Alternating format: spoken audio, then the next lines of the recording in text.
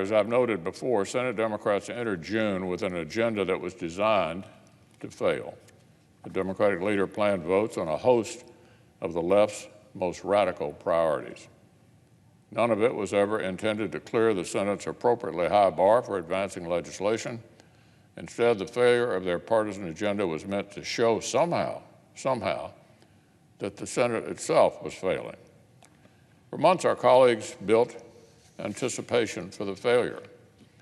They even started previewing the latest argument they've made when it happened.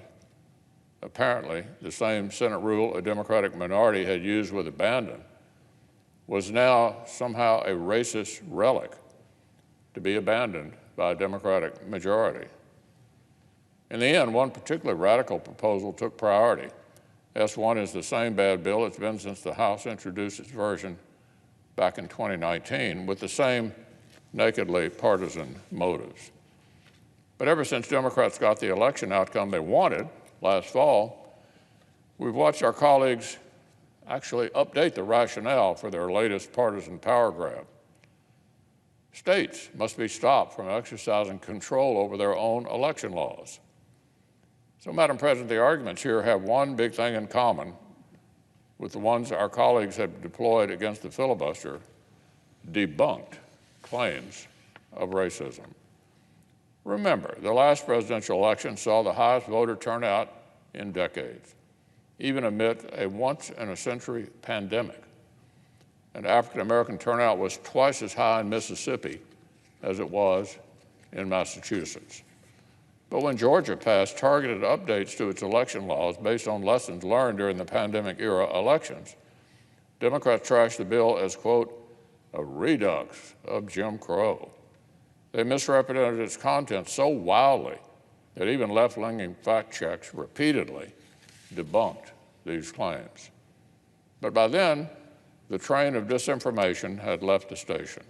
Pretty soon, any state that dared to deviate from unique pandemic-era procedures faced summary judgment in the court of liberal outrage. It hasn't seemed to matter that the facts tell a different story. The bill that led Texas Democrats to exercise the rights of a legislative minority last month requires more counties to adhere to new minimum hours for early voting. The Oklahoma bill that expanded early voting for general elections was passed by a Republican legislature and signed by a Republican governor.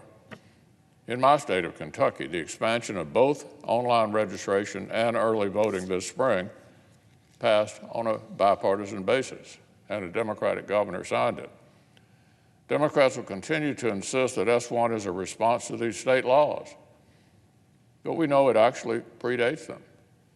And we're starting to see that our colleagues' latest rationale for S1 can be flexible when needed.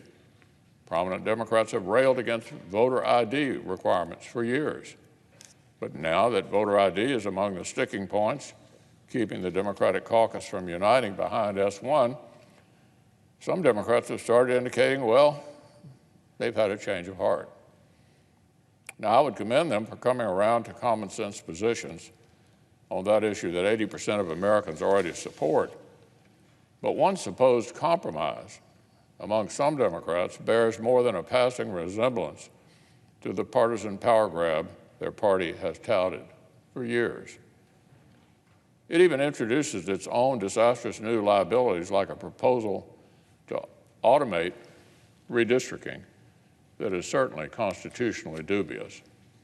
At the end of the day, Madam President, which concocted crisis Democrats choose as justification for their top legislative priority actually doesn't make much difference.